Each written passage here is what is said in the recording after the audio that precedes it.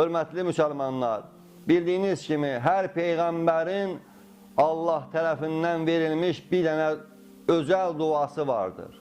Yəni, müstəcab olması %100 olan, yəni qəbul olması kəsin olan bir duası vardır və bütün peyğəmbərlər o dualarını bu dünyadaykən eləmişlərdir. Amma bizim peyğəmbərimiz o duasını ahirətə saxlamışdır, mahşər gününə saxlamışdır.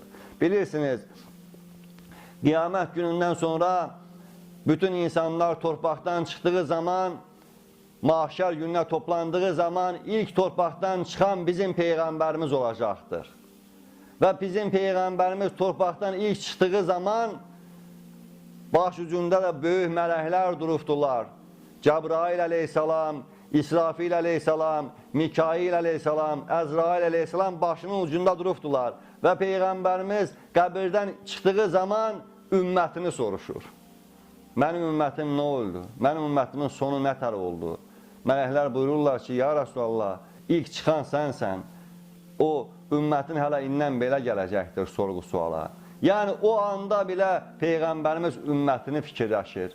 Niyə o duasını oraya saxladı? Çünki orada duaya çox ehtiyacımız olacaqdır. Peyğəmbərimizin bayrağının altına bütün müsəlmanlar yığıldığı zaman onda Allah-u Teala'ya dua edəcək Peyğəmbərimiz.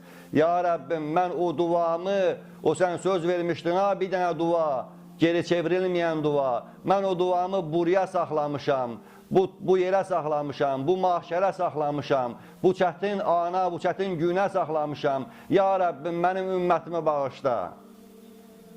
Və ona görə də Allah-u Teala buyurur ki, amma Peyğəmbərimiz sizə canınızdan daha yaxındır. Ona görə Peyğəmbərimiz buyurur ki, amma bir insan özünün atasından, anasından, öz canından və hər bir şeydən çox Peyğəmbəri istəməsi lazımdır. Hörmətli müsəlmanlar, başqa bir ayət-i kərimədə oxumuşduq.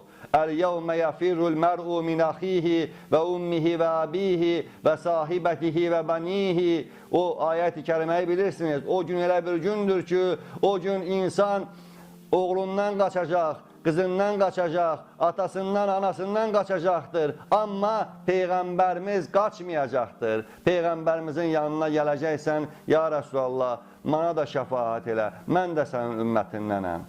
Hörmətli müsəlmanlar, orada o gün Peyğəmbərimizin bayrağının altında yığılması üçün, oraya gəlmək üçün, Peyğəmbərə ümmət olmaq üçün nə etmək lazımdır? Gərək bu dünyada Peyğəmbərə haqqı ilə ümmət olmaq lazımdır.